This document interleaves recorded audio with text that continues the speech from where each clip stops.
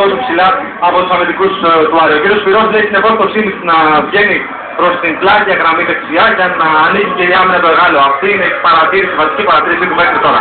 Να δούμε τον γόλο όμως τώρα με την εκτέλεση. Σκόρερ ο Παπουτσής, 1-0 την ώρα που μιλούσε στους Άγγελες. Στο 16ο λεπτό ανοίγει το σκόρερ ομάδα του Γιώργου Χατζάρα.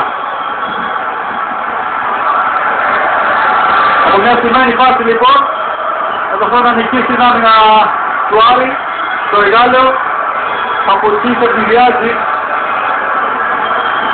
Θα να δούμε πώς το παίρνει η χώρα. Η μπάλα περνάει από το τείχος και καταλήγει στα δίκτυα, δοκάρει και μέσα.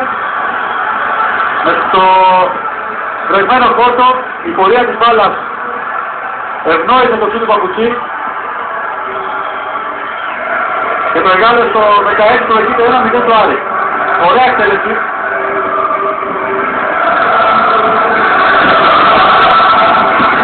Ο Παπουτσής πολύ έξυπνα, δεν ξέρω αν το προγνώρισε και αν προσπάθησε να εκμεταλλευτεί το πληστερό τερέν. Πάντως έτσι πως έκανε το σουτ, σαφώς ευνοήθηκε η πορεία της μπάλας από το φώτο για να πάει με πολύ μεγάλη